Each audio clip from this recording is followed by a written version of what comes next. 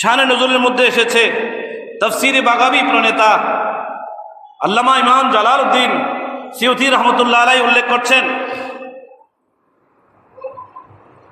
সূরা হজের ৭৩ নম্বর আয়াতে আল্লাহ পৃথিবীর সমস্ত কাফের মুশরিক যারা গায়রুল্লাহর ইবাদত করে, গায়রুল্লাহর পূজা করে, সৃষ্টির সামনে মাথা নত করে, সবার জন্য আল্লাহ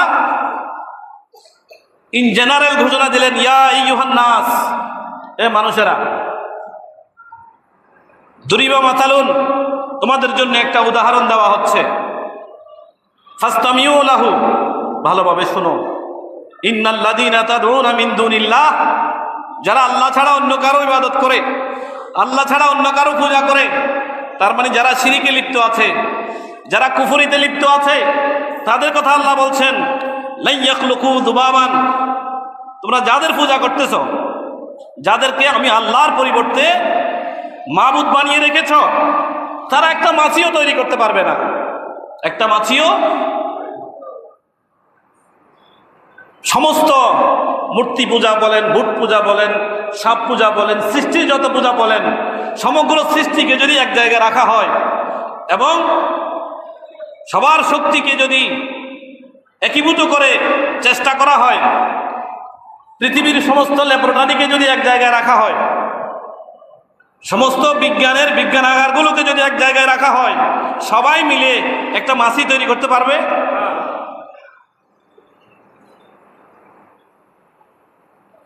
এটা আল্লাহ ঘোষণা দিচ্ছেন, লা ইয়াখলুকু যুবাবান, একটা মাছিও তৈরি করতে পারবে না।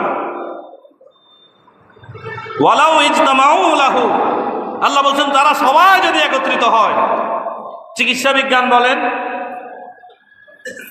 আর মহাকাশ বিজ্ঞান বলেন, পদার্থ বিজ্ঞান বলেন, সমস্ত বিজ্ঞানকে যদি এক জায়গায় আনা হয়, ওয়ালাউ ইজতামাউ লাহু মানে এটা সমস্ত জ্ঞান বিজ্ঞান প্রযুক্তি মেধা এবং যা যা ক্ষমতা আছে সবগুলোকে যদি এক জায়গায় আনা হয়, তা আল্লাহ বলছেন লা ইয়াখলুকু যুবাবান, একটা মাছিও তারা তৈরি করতে পারবে না। শুধু তা নয়, এবার আল্লাহ পাক রব্বুল আলামিন আরেকটু হিট করে কথা বলতেছেন, ওয়া ইয়াসলুবহুমুয যুবাবু শাইআন লা ইয়াস্তানকিদুহু, ওই তাদের মূর্তির সামনে যে খাবার রাখা হয়, তাদের মূর্তির সামনে পূজা অর্চনার যেসব বিষয়গুলো রাখা হয়, তার মানে তারা মনে করতেছে এগুলা তাদের খোদাগুলো এই খাবারগুলো খাবে, অথবা তাদের খোদাগুলো এই খাবারগুলোর কারণে সন্তুষ্ট হবে। এরকম যারা ধারণা করছ, এরকম যারা এই নষ্ট ভ্রষ্ট চিন্তা চেতনায় তোমরা আল্লাহকে বাদ দিয়ে গায়রুল্লাহর পূজা করছো, ওই খাবার থেকে মাছি যদি কোনো খাবার নিয়ে যায়, ওয়া ইয়াসলুবহুমুয যুবাবু শাইআন, শাইআন মানে ক্ষুদ্র কিছু, মাছি যখন কোনো খাবারে বসে চলে যায়, সে নিশ্চয়ই কিছু একটা অংশ রেখে যায়, কিছু অংশ নিয়ে যায়, জীবাণুটা রেখে যায় কিছু খাবার, ওই খাবার কি পরিমাণ আল্লাহ বলছেন শাইআন, মাছি যদি সামান্য খাবার ওই খোদার সম্মুখে যেগুলো রাখা হয়েছে সেখান থেকে যদি নিয়ে যায়, লা ইয়াস্তানকিদুহু, ওই বানোয়াট খোদাগুলো, ওই বাতিল খোদাগুলো ওই মাছিটাকেও তাড়াতে পারে না, মাছিটাকেও তাড়াতে পারে না। ওই মাছি যে খাবার নিয়ে যাচ্ছে, ওই খোদাগুলো ওই মাছির খাবারটা ওই মাছির কাছ থেকে নিয়ে নিজের জন্য রাখতে পারে। আল্লাহ এবার বলছেন দাউফাত তালিবু ওয়াল মাতলুবু, খোদাও দুর্বল, খোদার যারা পূজা করতেছে এরাও দুর্বল, খোদাও দুর্বল আর খোদার যারা পূজা করতেছে এরাও কেমন দুর্বল, মাছিটাকে পর্যন্ত তাড়াতে পারে না। সুবহানাল্লাহ বলেন না?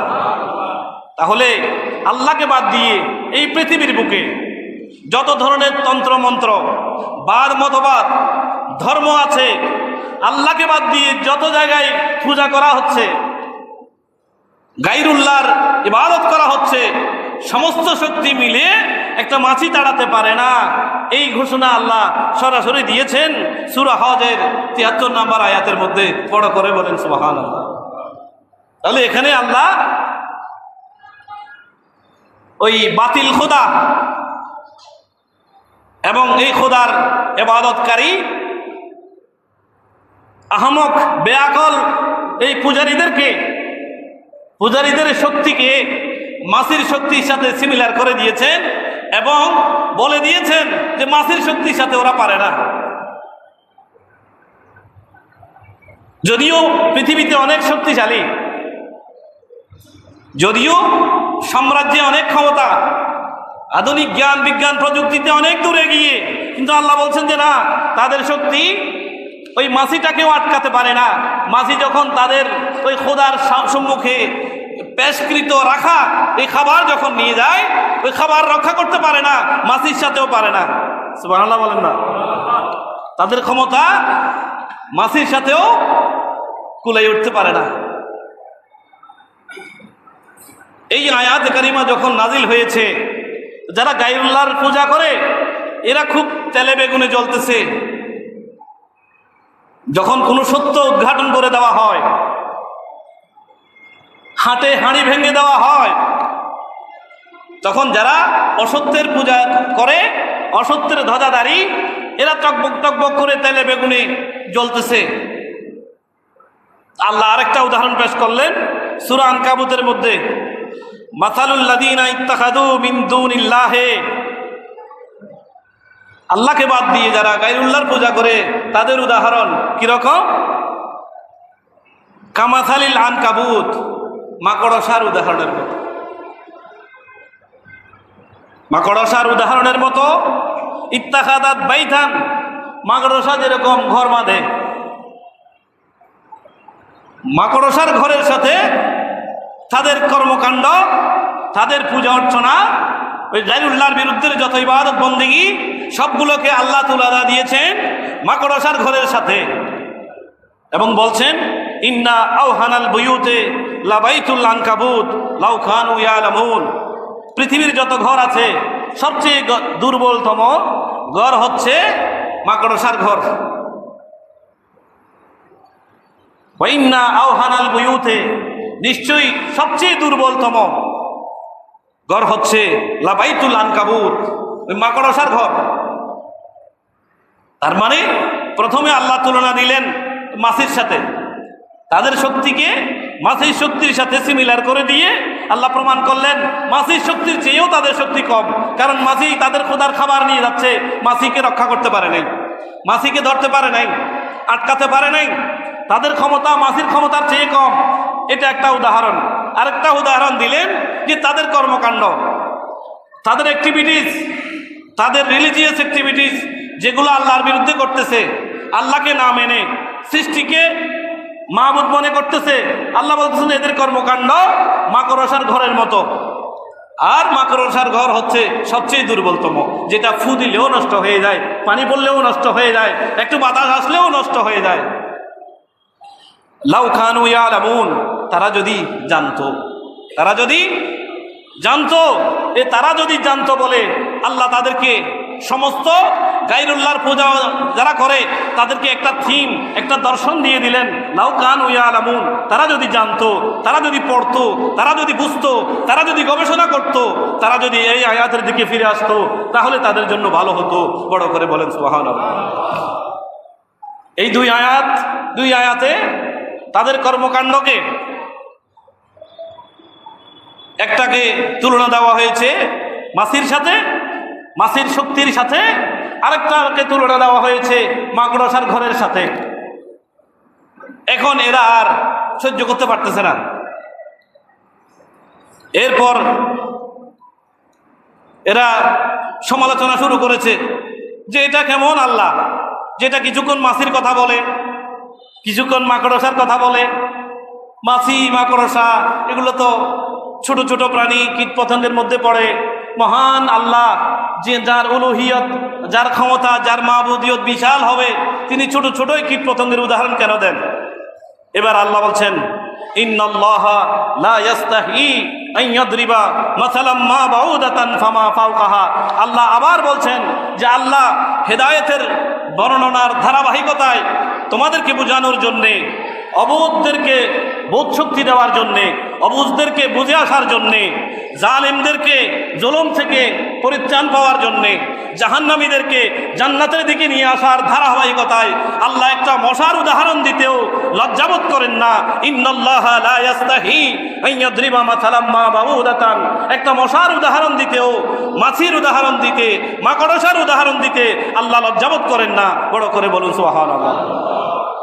এবার বলছেন ফামা ফাওকাহা, এর চেয়ে আরো ক্ষুদ্র, আরো ক্ষুদ্র কি প্রাণী এটা আল্লাহ উল্লেখ করেন নাই। তার মানে জ্ঞান বিজ্ঞান এবং যত শাখা আছে তোমরা গবেষণা করে দেখো আরো ক্ষুদ্র কি হতে পারে, আরো ক্ষুদ্র কি হতে পারে। মশার নাম উল্লেখ করা হয়েছে, মশার চেয়ে ক্ষুদ্র কি আছে সেটা উল্লেখ করা হয় নাই, এটা উন্মুক্ত রাখা হয়েছে।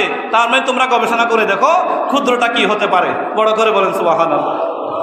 এই ক্ষুদ্রের গবেষণা করতে গিয়ে বিজ্ঞান বলছে যে সেটা ইলেকট্রন হতে পারে। আধুনিক বিজ্ঞানে ইলেকট্রনের চেয়ে ছোট কি বলছে কোয়ার্ক, ছোট ক্ষুদ্র কণা। এটার চেয়ে একটু ছোট আছে কি ওদের নিউট্রিনো, ওরা গবেষণা করতেছে। এটার চেয়ে ক্ষুদ্র কি কোয়ান্টাম ডটস।